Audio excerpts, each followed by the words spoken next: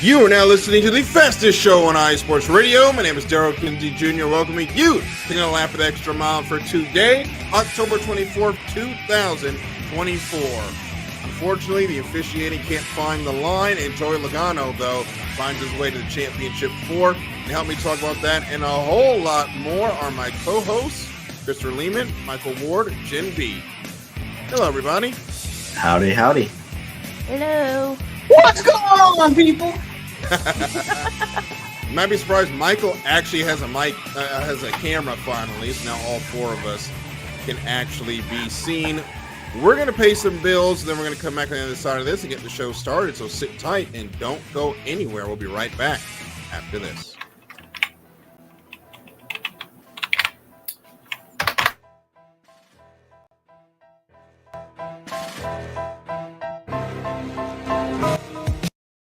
For the last 10 years, iSports Radio has been bringing you amazing content ranging from interviewing legendary athletes, coaches, and other authorized media personnel to building tailor-made shows dedicated to all major sports cities around the country.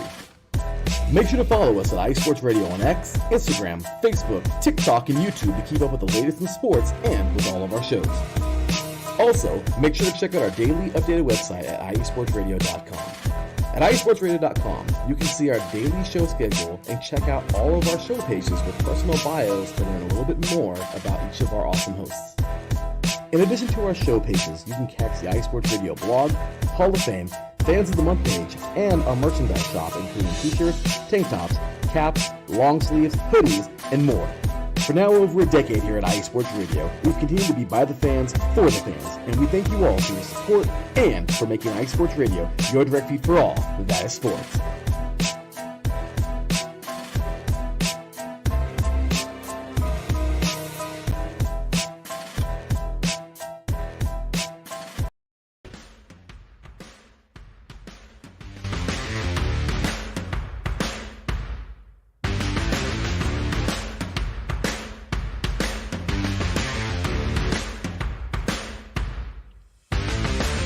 Hi, eSports Radio fans. This show is brought to you by Planet Jerky Premium Brisket Beef Jerky. Planet Jerky is the official jerky of the 2022 California League champion Lake Elsinore Storm, Single A affiliate of the San Diego Padres. This all brisket jerky has gluten-free options, contains no MSG, no sodium nitrate, is low in sugar, and high in protein. Go to their website at planetjerky.net and follow them on Instagram at Planet Jerky. Planet Jerky, the jerky that's on a whole other planet.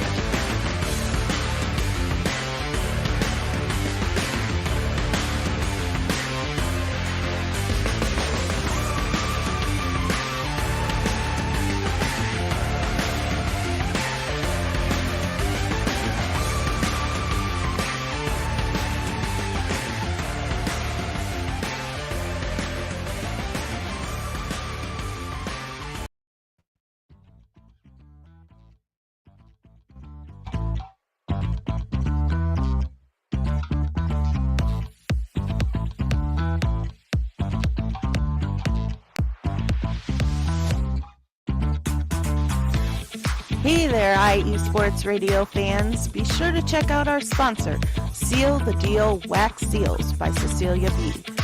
You just finished your very own wedding or baby shower invitations and you're looking for that extra special touch? Maybe you just wrote a letter to a relative or a friend and you want to add to their smile when they receive it. Then seal the deal with Cecilia's handmade sealing wax stamps for your invitations, letters, and gifts. You bring the deal, we'll bring the seal. You can find them on Instagram at sealthedeal_wax stamps and on Facebook, Seal the Deal Wax Seals.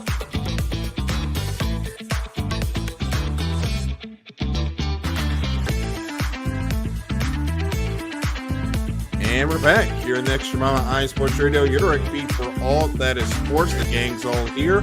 We're going to go ahead and get started with tonight's program and get into, well, we'll get to NASCAR in Las Vegas in just a moment. First, of course, we have to continue the conversation on the ongoing lawsuit between 2311 Front Row Motorsports and NASCAR. As we said, NASCAR did publish their response to 2311 and Front Row Motorsports' request for a preliminary injunction. That hearing is going to be held on November 4th. Since then, we have had some updates. NASCAR has responded by filing their response to the preliminary injunction. Bob Proctor's posted some of those comments on Twitter yesterday.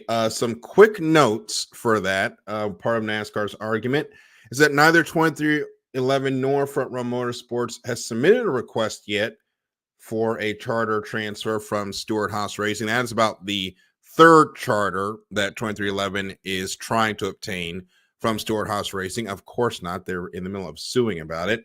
NASCAR plans for a season with 32 charters and 8 open positions. Other arguments by NASCAR against the injunction: the teams can run as open cars. We're going to get to that one in a minute. Exclusivity provisions are common in sports and pro-competitive because they make product more appealing to broadcasters, fans, and sponsors versus other entertainment options. That's not the main point that they're arguing about. And if teams win, monetary damages can be calculated. So I get it.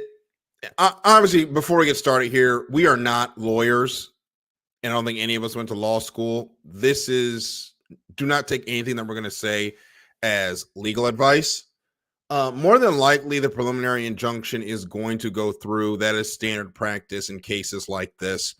The main injury that NASCAR is not even discussing is the loss of revenue from being an open car compared to a charter team. Now, of course, we don't get to see the finances, but you can tell how much it hurts the open teams to try to race without a charter because you don't see them anywhere. Like, we might get up to 40 cars, 2 times a year? The Daytona 500 and for some reason Chicago. And Chris, who we haven't seen for a couple of weeks, he hasn't been here since we started talking about this, so I'll let him go first as we get the mute buttons off. This is a situation, this lawsuit, that is unfortunate, and it just feels like NASCAR is not taking it serious. Well, NASCAR, obviously, we just heard the arguments. Those are the arguments they're going to make. But it's going to be hard, I think, for a judge to say there isn't going to be injury when a lot of your cash flow is going to be gone by not having this agreement. Yeah. And I guess going back to the fact that, I spent a couple of weeks, been busy with harvest, but I am completely on the side of Denny Hamlin and Front Row. So just putting that, my camp is definitely with them. I think that them winning is good for the sport as a whole. So we'll get that out of the way, right? So any opinion that I'm going to have is going to have a bias towards the teams, and kind of maybe not necessarily anti-NASCAR, but I am definitely rooting for them to lose. And as far as the injunction goes and all that, I mean, I don't like what NASCAR is doing, kind of like what you alluded to. I think they're playing the part that they have to play. For them, they have to play hardball and come out and say things like, we're planning on running 32 charters next year. They have to say this, right? That's devil's advocate. They're doing what they need to do on their end. But I think that inevitably they will lose the injunction. I think that 2311 and Front Row will run next year with charters. And I think it's for the best that they do realistically. I think that it's a major blow if they win this and 2311 and Front Row do not have charters next year. I think that's a bad thing. Michael, this is a situation that unfortunately has thrown a dark cloud over all of these playoffs. I mean, we've had to start the show, 3 of the last 4 weeks with an update on this lawsuit because it is the most important thing in the sport right now. And this is going to have ripple effects, not just with the teams that are here, anyone that is looking to get into the sport going forward. Who could possibly buy these charters if someone's trying to transfer one?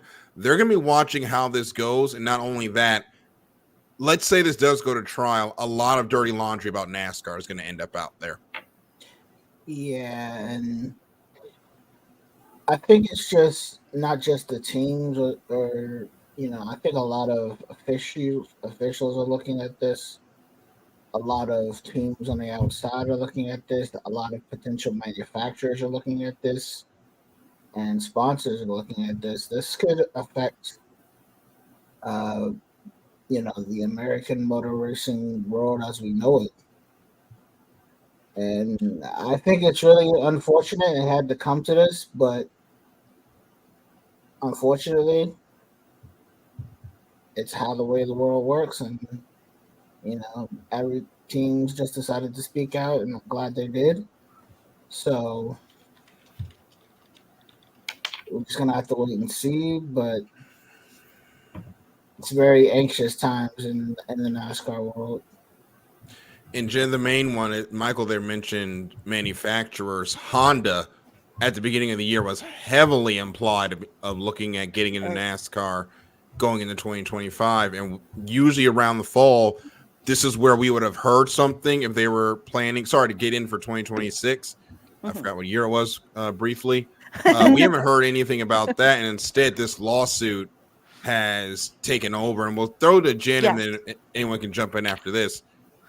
Do you think this is the type of legal action that could scare someone like a Honda off from coming into the sport? Absolutely, because it has the possibility to completely wreck the brand. So that's not something that a company as big as Honda wants to get involved in. In my opinion, the way NASCAR handled this from go was horrible. And I agree with Chris. I'm on the side of the teams. They were not given enough time to read a document as long as that document was and to process it and get their own legal opinions on it before signing. So honestly, I'm surprised that only 2 teams didn't sign. Mm-hmm. Well, as we heard, a lot of teams were like they just wanted to get over it. But I really think if they had read through this, I think we've had a lot more teams not sign. Most definitely. Chris, Michael, what do you guys think? Michael, we haven't heard from you in a while.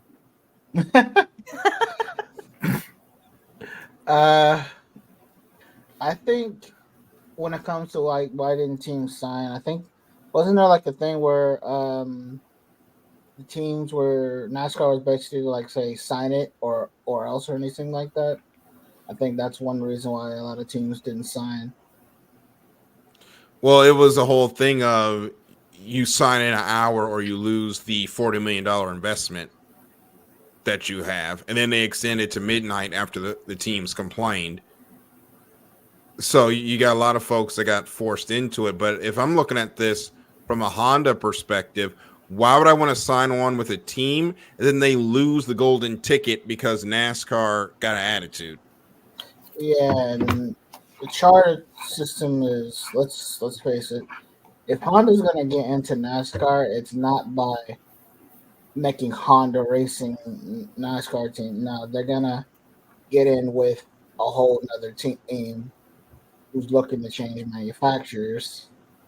And they're not really going to be able to make a big impact right away if that team doesn't have any charters or any rides or anything like that. So this is difficult for,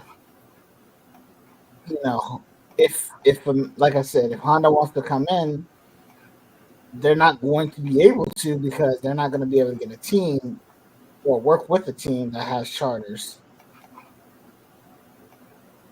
And who knows if the charter system even survives? We really don't know how this court situation is going to go. You're right. For all we know, NASCAR is trying to play the franchise bit, but I don't know. My for fear all is we that know, this could go away after the lawsuit. No more charters. Yeah, well, my fear is that this is going to start a stock car split, and we know how that went for IndyCar when they split. And I think that is a outcome none of us want to see.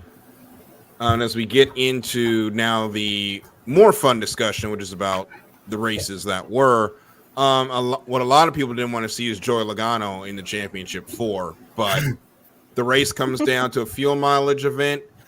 And Joey Logano is the Scott Dixon of NASCAR at this point when it comes to fuel mileage. If there's going to be a long green flag run and you have to save fuel, just put Joey Logano's name on the trophy. And I think I tweeted something like that as the race was going on. But this was the race that played into Joey Logano's hands. Long run at the end.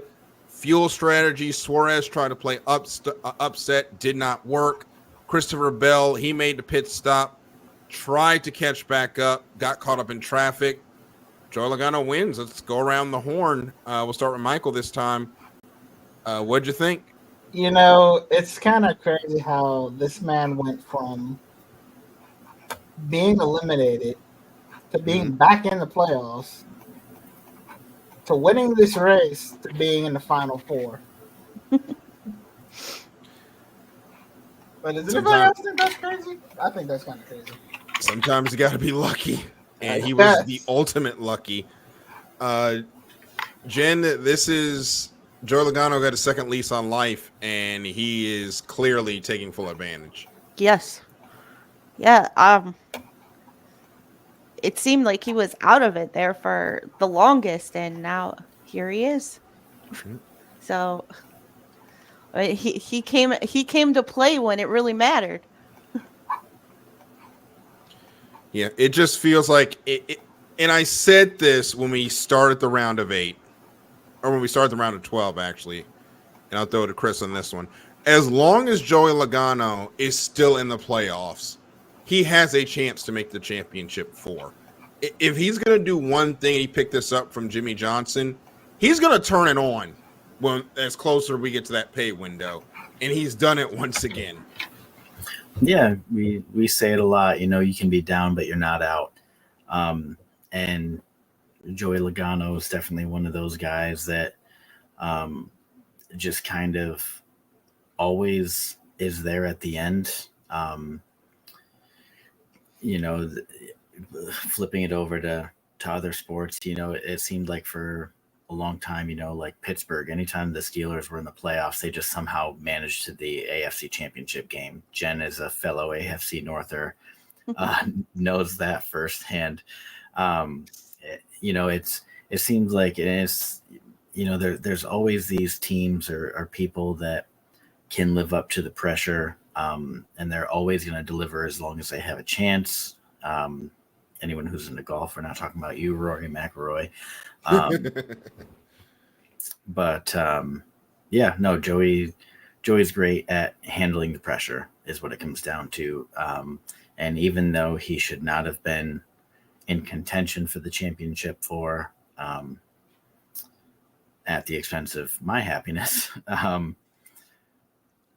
he found his way, and he's probably realistically I don't want to say a favorite for the championship, but when he gets there, I like his chances, unfortunately.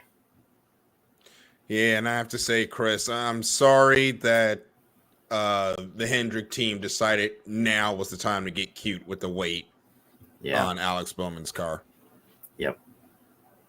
Larry B checking in from YouTube. Let's go. Good to see you tonight, sir. Also, I am so remiss. Was Larry there for the Pittsburgh Steelers part of my speech, or? I don't know if he was, but I just seeing Larry just reminded me we do have a really good John Force update. He is going to be in person, not driving, obviously. he is going to be at the upcoming race in Las Vegas, November 1st to the 4th. So that is great news for all of us to see him back at the racetrack after what happened there. And I would be so remiss if I did not bring that up tonight. The strangest part of that race, however, happened in stage 1, where Tyler Reddick ends up upside down on his lid. And I was talking with some buddies of mine the day before, and we were talking about how bad the playoff luck was for all the playoff drivers. And I said, yeah, I can't wait for tomorrow when Tyler Reddick randomly flips. And then the next day, off turn 4. We've got Darryl Astramus with us. Don't ask me the lottery numbers because I can't help you. That was the strangest flip of the season. We've seen a lot of Cup cars get upside down this year, but that was definitely the strangest. He kind of did a little kick flip off the quarter-mile track, and that car did one tumble and over. But Tyler Reddick came into this playoffs as the regular season champion with the 16-point buffer, with all the momentum, and he has just had struggle after struggle after struggle after struggle going into these playoffs. And it at one point I thought it was he's a shoo-in to make the championship 4. Jen, I don't know if he's going to make it at this point. It's going to be close. He's got to stay on his 4 wheels. But he's got to get it done at Miami, if I'm honest. Mm-hmm. Yeah, because Toyotas have not had a good run at Martinsville outside of Denny Hamlin. They haven't had the best of run at Martinsville. So, yeah, I think you got to get it done at Miami. Like either he, Bell, or somebody. He or Bell has to get it done at Miami. Yep. And with Ryan Blaney, Denny Hamlin, Chase Elliott, all of them having issues, this is probably the widest gulf, this is from NASCAR.com, that I have seen in quite some time in the championship 4. It is a 27-point buffer for William Byron to Denny Hamlin in 5th. 30-point. Tyler Reddick was a regular season champion, by the way. 30 points back with the 15 points. God only knows he would be below Chase Elliott if he didn't have those 15 points. Right that also only just shows just how unlucky he has been this playoffs. I think all of the playoff drivers have been unlucky. I think this is the year, and I've said it a couple of times. I was saying it offline. I have never seen a playoffs where this many playoff drivers have issues. I think all of them have had 1 to 2 bad races. And usually you can't have a bad race because somebody's going to get hot, and no one really has. Everybody has been tripping during these playoffs. It's crazy. There's only 2 Fords in there. That was the one that, well, when you look at who the other Fords were that were in the playoffs, it's not that surprising, sadly. Yeah. I love Brad Keselowski and Chris Buescher, but that team isn't there yet. And then Chase Briscoe in a lame duck 14 car, unfortunately. But Joe Logano locks himself in. Christopher Bell, Kyle Larson, and William Byron are currently in the safety zones. And looking at that chart, even with the stage points, I think Homestead is going to be chaotic because you are now in Hamlin, Reddick, Blaney, and Chase Elliott. It's winning your in time. I think you've got to throw the Hail Mary. You cannot chance going into Martinsville having to point your way in. Yeah, going into Martinsville in a must-win scenario where everybody else is in a must-win scenario. Yeah, I don't think that's good. I mean, for NASCAR, they're going to love it. You know, half the playoff field has to basically put their foot down on Sunday, which is what this playoff format over the last 20 years has been designed to do, and it's working, which is why you see on Twitter people complaining, why doesn't NASCAR realize that this system doesn't work? Because the system is doing what it's supposed to do. It is making us care about the final 4 races of the season, or final 3 races at this point of the season. It's doing what it's supposed to do. And on that note, Joey Logano picked up the win on Sunday. We said that already. And a bunch of people took to Twitter, as they are wont to do, to complain that Joey Logano, despite being 15th to start the playoffs, is now in the championship 4. 16 cars started this.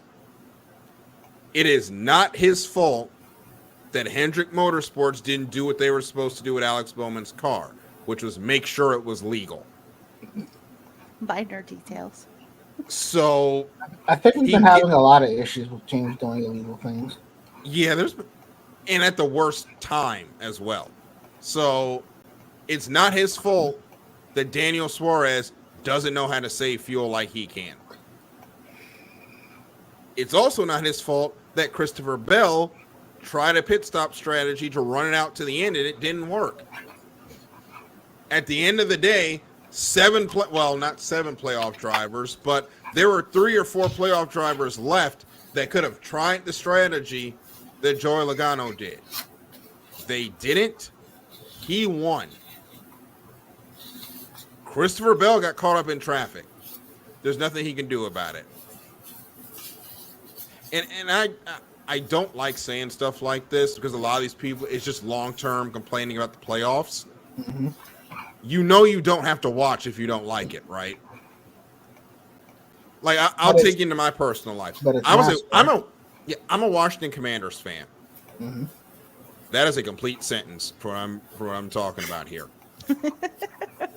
The first time I watched a complete Washington Commanders game since I graduated high school, I think was a couple of weeks ago when we beat the tartar sauce out of Cleveland. Sorry, Jen. That was the last time. That was the first time in a while that I intentionally sat down and watched a game. Jen, I don't know why I didn't watch emotionally that felt that game. sigh. I'm sorry. No, like I emotionally felt that. I should have used a different game, but that was a little. I'm sorry, that was the one. I'm like, That's I'm gonna right. actually sit down and watch this. By the way, I don't know to say sorry about Deshaun Watson or hooray for Deshaun Watson. I doubt we'll see him in a Browns jersey again. No, I think that's over. I don't know how y'all gonna get out that contract. By the way, that was. Lord have mercy. We could do an hour showing how stupid that was, but. My point is, I got it covered on Tuesday. Show of the Land on Tuesday. Go check that out. My point is, I don't have to go through everything that happened with the Washington Commanders with their ownership. Okay. Long story short, I didn't watch games because I'm not going to put myself through that. When it became more of something that I want to see, which is competent football, but it's beyond competent right now. I'm shocked that we're doing this well. I came back and I watched. When Formula One turned into Ferrari International Assistant, sorry, Michael, I did not watch. I'm taking. I am not going to sit there and put myself through on a Sunday and be pissed off. If the system... Go ahead, Michael. How did you think I felt all of last year? I know. I know. Well, except for that one. How do you think I felt all of last year? One person was happy. You must be feeling great this year. I had to hear the national anthems every week. I know you did. That must have been great. I had to buy a die cast of the championship car, Michael. It killed me. Oh my God, how much did that cost? Like, I don't know, 180 or something like that. Okay, that wasn't as bad as I thought it was going to be. Look, no, they're not horrible. If we did an off-season show, we would just have to go through. I don't know. Yeah. Sorry to cut you off, Michael.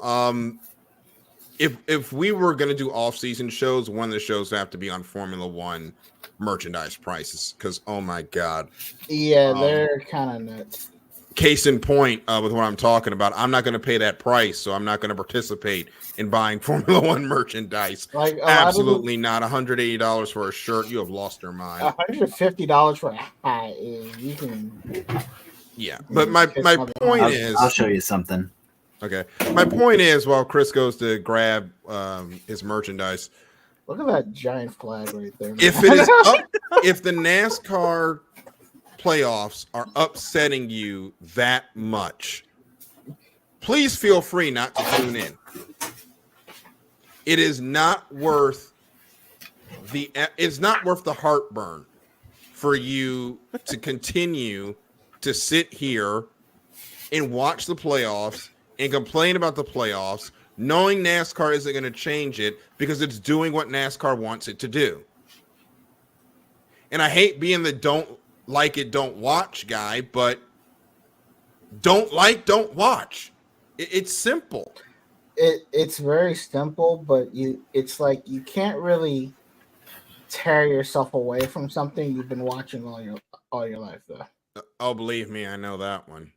So it's like, even though you say, yeah, if you don't like it, you don't watch. It's like you can't really tear yourself away from something that's been a part of your life since you were a kid. And it's just, either adapt or, keep being upset. Mm-hmm. So no, that's my 2 cents on it. Yeah. It's something we're just going to have to keep hearing about every year until NASCAR finally makes a decision on what they want to do with the playoffs, which is more than likely they're going to keep it because TV loves it. The sponsors love it because they have something to talk about late in the year. Most of the fans love it.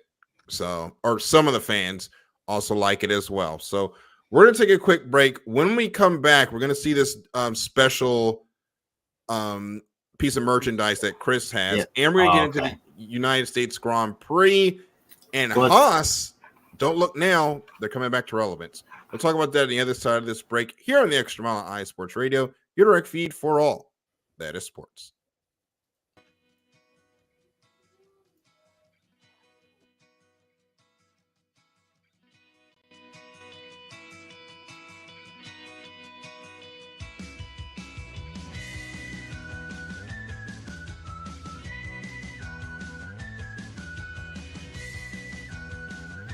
Hey, Cleveland and Columbus sports fans. This is Jenn D, host of the Show of the Land on IE Sports Radio, your direct feed for all that is sports. If you love Cleveland and Columbus sports like I do, be sure to tune in live to the Show of the Land on Tuesdays, where we will cover the Cleveland Browns, Cavs, Guardians, and Monsters. We will also talk about the Columbus Blue Jackets, Crew, Fury, and of course, the Ohio State Buckeyes. We'll also cover other colleges in the area like Akron, Kent State, Cleveland State, Mount Union, John Carroll, Baldwin Wallace, Youngstown State, among others. So like I said, if you love Cleveland and Columbus sports like I do, be sure to tune in Tuesdays to the Show of the Land with Jenn B on IE Sports Radio, your direct feed for all that is sports.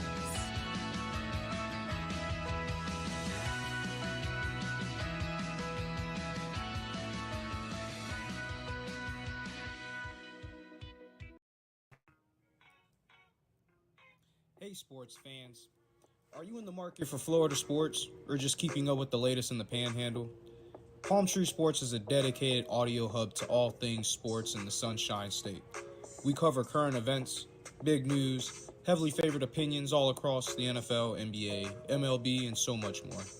So come check us out every Saturday evening at 6 p.m. Eastern Standard Time for a down south education on Florida sports and athletics.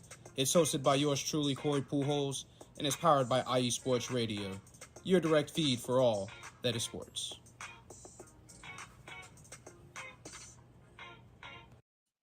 And we're back here in the Extra Mile on iSports Radio, your feed for all that is sports. The gang's all here. We're going to get into Formula One in just a little bit. But first, Chris has a special little piece of memorabilia to show us. Yeah, just talking about like absurdly priced merchandise. I had it within arm reach. I got two things to show you. So the first one's Alex Bowman helmet. Oh, that Nice. looks sick. Yeah, it's pretty cool. It just sits in a case. Someday when I clean my basement, I'll actually like give you a tour. I got probably got like $2,000 or $3,000 worth of die casts too. So, but yeah, I'm a huge like sports memorabilia collector. But the crown jewel, the most expensive thing that I probably own, except for my computer, in my car, in my house, I guess, is this. I'll have to back up. So it's a Joe Burrow, like authentic Is that helmet. signed? Yeah. Oh wow, So that's cool. That's Jen awesome. is just like Jen is reliving the trauma from Sunday. I just see her staring. She's like, Jen just sees black and orange. She's like, no, please no. Jen's seeing red right now. She's I mean, I didn't expect to win. I wouldn't didn't have either. even picked the Browns I didn't either. if I didn't have to.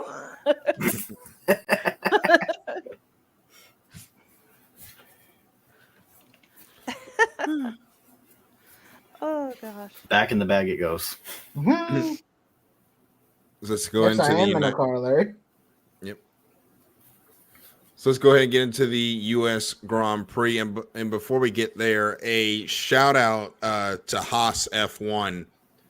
This was a team that we thought was down in the dumps. And after the United States Grand Prix, they're now up to 6th in the constructor standings. The trek back to relevance for a team that has had the definition of roller coaster ride in Formula One.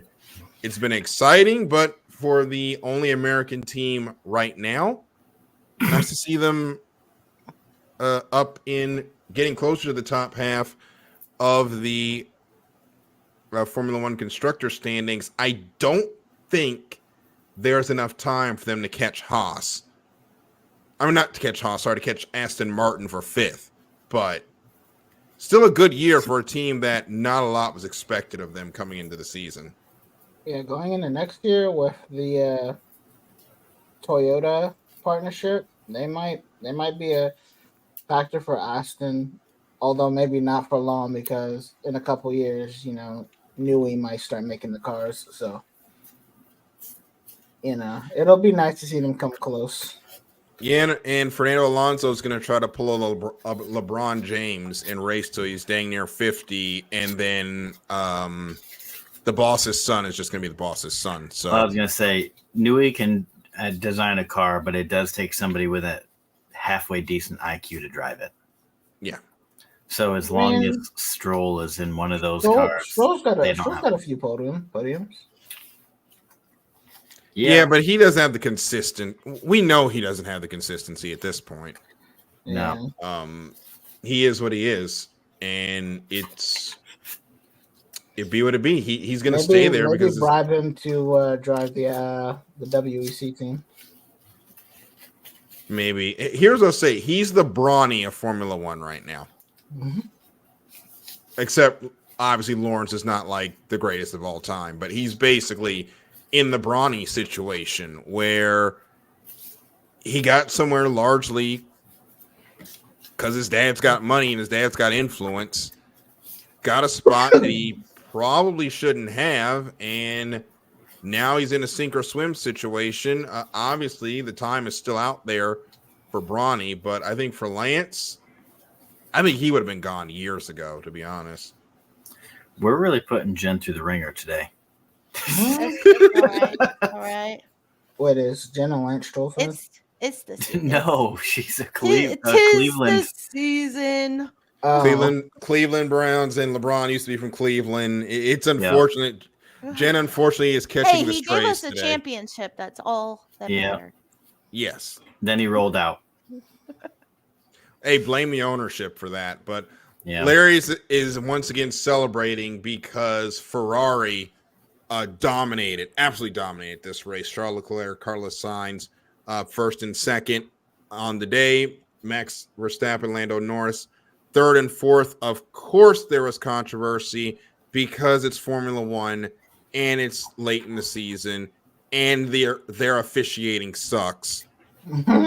So now we have to talk about a call and whether or not it was the right call. And it was Max Verstappen ended up forcing Lando Norris off the track. Norris thinks he was ahead. Really both of them went off the track, so it really doesn't matter. They both ended up off the track. The FIA does not penalize Max for going off the track and gaining an advantage, but Norris does get penalized for passing off the race course, and now we have to have the discourse on whether or not the FIA. No, is I thought it was Max just Verstappen. a track limit violation. I think it was track limit, which makes it even worse. If I remember, there was 2 that he was about to get penalized for. It was. I'll leave that one up there for y'all to see. Yeah, Larry. Yeah. Oh man, I can still remember that actually. Golly, that was the worst time. Oh, I think I muted myself somehow. No, we hear you. We hear you. Oh my gosh. Yeah, that's the type of officiating we're dealing with.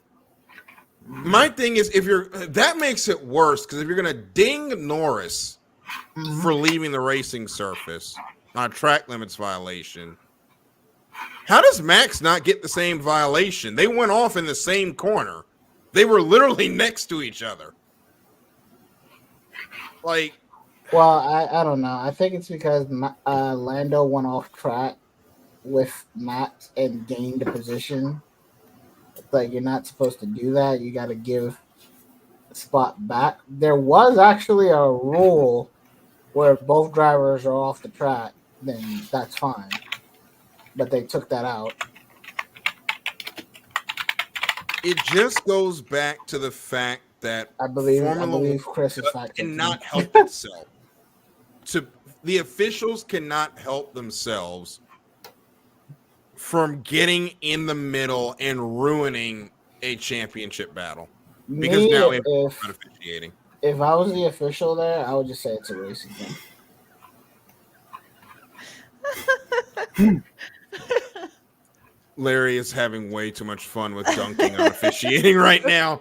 And here's the thing. I'm not going to try to make apologies for Norris. He absolutely binned this weekend, and I think it's cost him the championship. He lost the sprint. He finishes behind Verstappen here in the USGP, a race that he should have won. He qualified on the pole, by the way, ends up fourth. I think that's going to be enough to see Verstappen home at this point, barring a crash or some sort of mechanical failure at this point. Yeah, I said it like 2 weeks ago. I think the only way you beat Verstappen now is a DNF. I think that is the only way that's going to happen. It's just the Verstappening is happening. Yes. And I've got a tweet here from Chris to kind of. What are you guys doing? They're watching. She's watching the video. She's watching the video that I'm about to show. Daryl's going to put it up. Jen is you guys are watching this. Oh my god. Jen is absolutely in stitches over here. Let me get this up on the screen for everybody. This is basically what happened. Verstappen to Norris. And not the finger wag. Oh, the finger wag. I think it's even funnier the fact that his number is 3. Yeah. Yes. That just makes it even better. But you can only blame the officials so much. Norris absolutely bottled this weekend. I think we can all say that without a shadow of a doubt. And the margin for error is basically gone. For him to try to win this championship, he's basically got to run the table now and hope Max runs into major problems. Let's be honest. Did he really he realistically had the shot, but did he really have a shot to win the championship?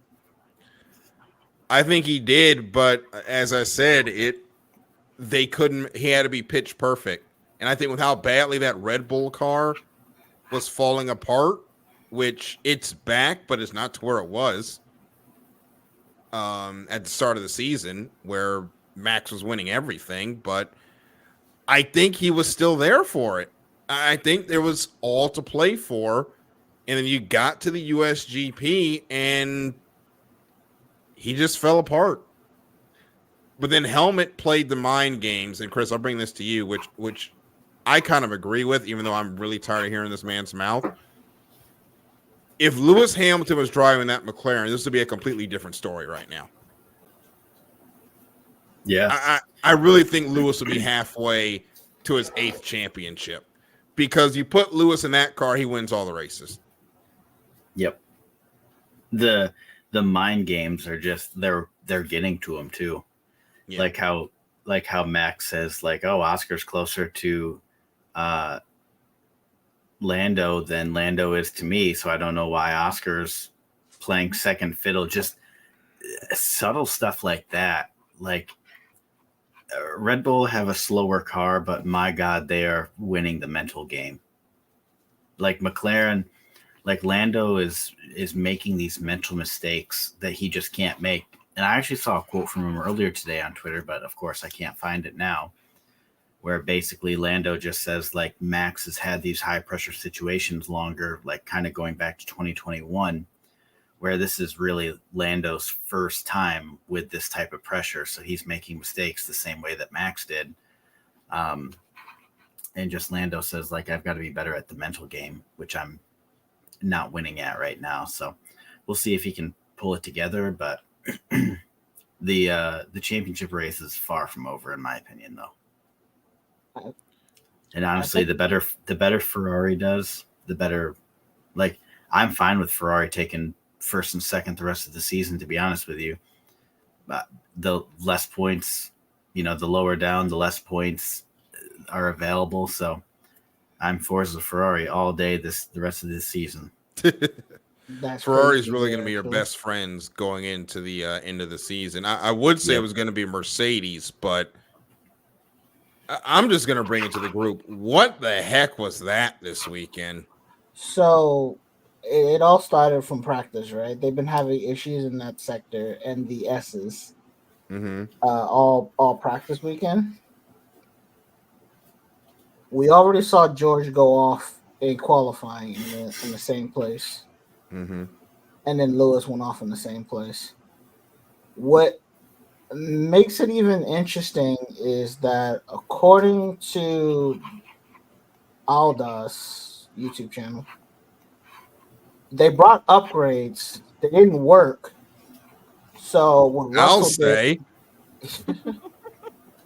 Russell did was he actually took them off when he started the race and finished 6th. Lewis Hamilton kept his on. And, you saw what happened on lap 3. This season is very strange upgrade-wise in the development field, because it's like you've seen upgrades work, and then you see them dramatically fail. Which makes me think next year is going to be very interesting, because you're going to have this thing where it's like, are people sure these upgrades are going to work? Are they sure they're going to work? Are they going to fail? Are they going to cause the car to become unstable? Well, the other issue is these upgrades are expensive. Right. And if you have a cost cap, so you're spending all this money and you go the wrong way, you can't get back very easily.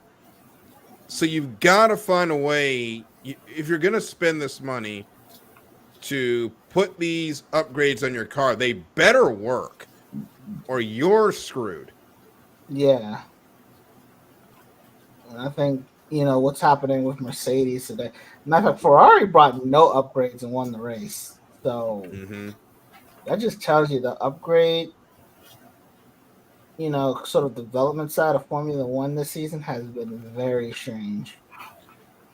Well, I think the one thing is that you can't rely on upgrades anymore. You have to have the car somewhat, I would say 85% of the way there at the start of the year, because Yeah. it's not like in previous years, especially for the top three, where you could just dump a small country's GDP into a Mhm. couple of upgrades and find half a second. You might put upgrades on a car and lose 2 seconds at this point and not be able to get that time back. On the other hand, Haas, they've gained 4 tenths and they've jumped into the points. I So think McLaren had like the best foundation this year, mm-hmm, seeing as how a lot of their upgrades didn't push them back. I mm-hmm. think what you need this next season is you got to have a strong foundation and then upgrade upon it. If you don't have a good foundation, then it's not good. Yeah, Chris, it feels like going into Formula One in the cost cap era, the foundation matters more than anything. Yeah. And I think that, for the last 2 years, everybody's been all upset about Red Bull having this huge advantage, but look at this year, the wind tunnel, tiered, better, however you finish in the constructors, you get less wind tunnel time. The cost cap, the catering budget, whoopsie daisy penalty, that has paid off. It has worked. Red Bull is now in a very tough position, and next year they are not going to be favorites for either championship. They are far from it. If there's one thing to take away, it is the fact that the wind tunnel, I don't even know what you'd call it, but the penalizing through the wind tunnel works. The I don't know, I don't want to say penalty, but the loss of wind tunnel time based on how you finish the constructors, that works. So we have a situation now where coming up, like Ferrari is about to surpass Red Bull, and I'm like, go for it. Good. We'll take that wind tunnel time. You know what I mean? I want Ferrari to overtake Red Bull in the constructors. So it works. And the development of these cars, it's something that this downfall of Red Bull is going to be in the back of these teams' mind, especially these midfield teams where you're talking, constructors like 4-2. These guys are going to be it's going to be in the back of their mind, wind tunnel time, car development, stuff like that. So not even just the financial side of things, but also the aero wind tunnel time. That's all going to make a big difference. Yeah. And it's gonna be down to your foundations going forward. As we get ready for the racing this weekend, Formula One's heading out to Mexico for the Mexican Grand Prix to continue their journey through North and South America, while NASCAR is heading back to Florida, which was hard hit by a couple of hurricanes over the last couple of weeks. They're heading down for Homestead to continue their race towards the Championship 4 in Phoenix. Some crucial races in the fight for the championship. Norris has to go 10 tenths to stay into it, or to stay in it. If he doesn't gain a sufficient points gap to Max, or if he doesn't make up sufficient points on Max this weekend, I think it's going to be hard pressed to say he's going to be in it at Abu Dhabi with a realistic shot at a title. Meanwhile, for Homestead, unless your name is Joey Logano, you're sweating bullets this weekend because God only knows what's going to happen. For all we know, someone else is going to go flipping down the backstretch because that's just how this season's been. Hopefully not.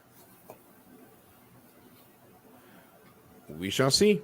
Let's throw it to some final thoughts before we get out of here. Michael, go first. I think this season has been very interesting as far as the Formula One side of things, because it's definitely shown that the balance of power has shifted. And it really makes me excited. I keep bringing up next year. It's really making me excited for next year. Because everybody now, I think, till this car is said and done at the end of next year, everybody now has a good foundation of where this car stands.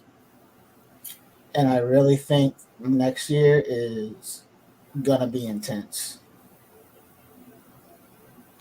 Jenn? I think it's been a very interesting season all the way around. There have been, I mean, we've had lawsuits galore in all of them. So Not involving Alex Palou, I think. What? Not involving Alex Palou, I think. But yeah, I think it's going to be interesting going forward to see how things work out. And Chris?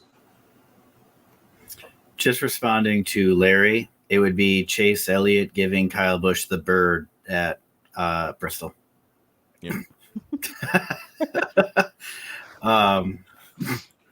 Sorry, I just saw that come through. This year. Well, not just this year, just for this weekend. Oh, this weekend. Okay. Yeah. It's the same as this year. Forgettable. Just forgettable. That's well, Larry appreciates it. We got some laugh emojis. I'm glad it's over. I'm ready for the racing season to be over.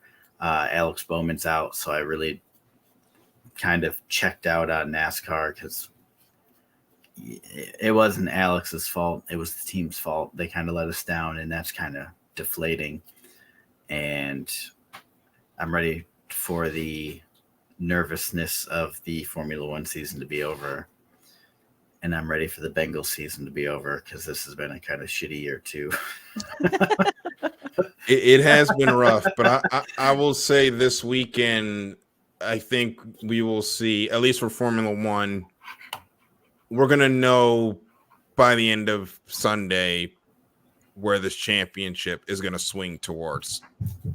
I think you're going to have to see McLaren go all out. And if not, that's all she wrote. And they have no one but themselves to blame, because why didn't you make Oscar give the spot back in Hungary? That has haunted them the entire second half of this season.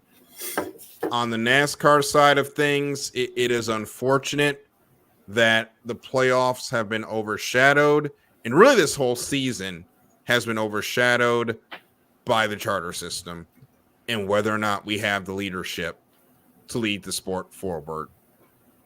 Hopefully that gets settled here soon and we can have some fun next year. We've got some races to still get through.